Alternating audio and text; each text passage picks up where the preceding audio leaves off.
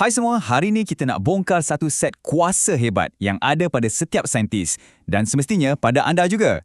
Kita panggil dia kemahiran saintifik, tapi apa kata kita anggap ia sebagai kit alatan detektif rahsia anda untuk menyiasat dunia sekeliling? Okey, dah sedia? Jom kita terus terjah. Saya ada satu misi untuk anda, satu kes misteri yang perlukan kepakaran detektif anda. Anda ikut saya? Mantap! Inilah kes kita pada hari ini. Kita ada dua ketul ais. Nampak sama? Satu kita letak atas piring logam, satu lagi atas piring plastik. Tapi, cuba tengok betul-betul. Ais atas piring logam tu cair dengan laju sekali. Persoalannya, kenapa ya? Nak selesaikan misteri macam ni, kita tak boleh main teka-teka ya kan? Kita perlukan satu set alatan yang khas. Dan inilah dia. Kemahiran proses sains. Ini adalah langkah-langkah yang akan jadi pemandu kita untuk cari jawapan yang sebenar. Baiklah para detektif, siasatan kita bermula sekarang. Macam mana-mana detektif profesional, langkah pertama sekali mestilah kumpul semua petunjuk yang ada. Kemahiran yang paling asas tapi paling penting ialah memerhati. Ini maksudnya kita guna semua deria kita. Mata, telinga, hidung, kulit dan juga lidah kalau keadaan selamat untuk kumpul sebanyak mungkin maklumat tentang apa yang sedang berlaku. Jom kita cuba guna alatan deria kita untuk kes ni. Guna mata, kita nampak ais tu tengah meleleh, kan? Guna kulit pula, kita boleh sentuh piring-piring tu dan rasa, piring ni sejuk ke atau rasa biasa je? Nampak tak? Setiap deria bagi kita clue yang berbeza. Okey, bila dah banyak sangat petunjuk, meja kita pun boleh jadi bersepah kan? Jadi, kita kena kemaskan semua maklumat tu. Inilah gunanya kemahiran mengelas. Kita asingkan objek atau maklumat ikut kumpulan berdasarkan persamaan atau perbezaan diorang.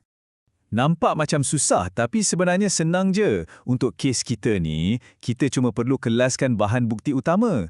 Kita asingkan piring-piring ni kepada dua kumpulan. Satu kumpulan logam dan satu lagi kumpulan plastik. Senang kan? Sekarang barulah kita boleh fokus pada perbezaan utama antara dua ni. Petunjuk dah dikumpul, dah disusun kemas. Sekarang masanya untuk jadi lebih tepat. Detektif yang betul-betul hebat, dia bukan setakat tengok-tengok je, tapi dia akan ukur bukti itu. Kemahiran ni ialah mengukur dan guna nombor. Dalam sains, kita perlukan benda yang tepat, yang kita boleh percaya. Sebab itulah kita guna alat macam jam randik atau pembaris. Dan kita guna unit yang semua orang faham, macam saat atau sentimeter. Barulah data kita tu solid. Jom kita praktikkan. Guna jam randik, kita catat berapa lama masa yang diambil untuk setiap ais tu cair sepenuhnya. Nampak tak? Nombor tak pernah menipu. Ais atas piring logam cair jauh lebih pantas. Sekarang kita ada bukti bernombor yang kukuh. Kita dah ada petunjuk. Kita dah ada ukuran yang tepat. Sekarang, inilah masanya kita gunakan otak detektif kita untuk sambungkan semua bukti ni dan selesaikan kes. Ini pula kemahiran membuat inference. Apa benda tu? Senang je. Ia macam satu tekaan yang bijak. Bukan tekan kosong tau, tapi satu tekaan yang logik, yang berasas, berdasarkan semua benda yang kita dah perhatikan tadi. Okey, jom kita bezakan dua benda ni. Pemerhatian kita adalah fakta. Ais di atas piring logam cair lebih cepat.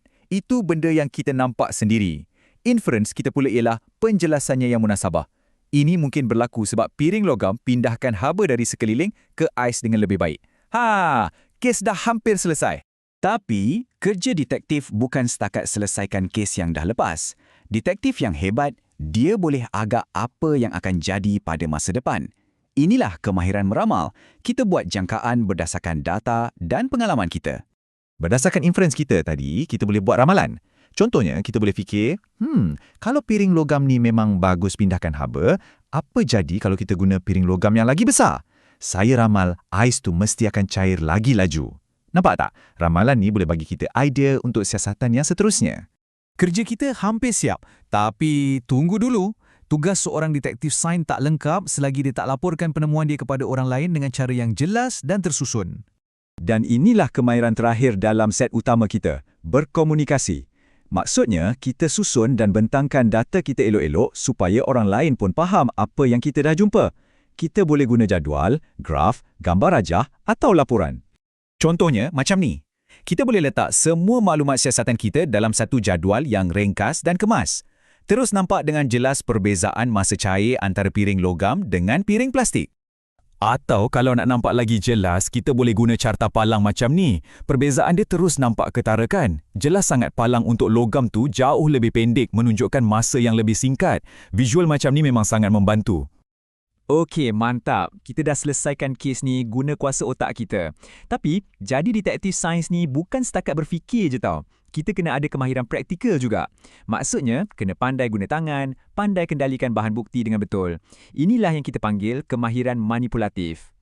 Benda-benda ni nampak mudah tapi sangat-sangat penting. Contohnya, macam mana nak guna alatan macam jam randik tadi dengan cara yang betul. Lepas tu, kena pandai lukis atau lakar apa yang kita nampak.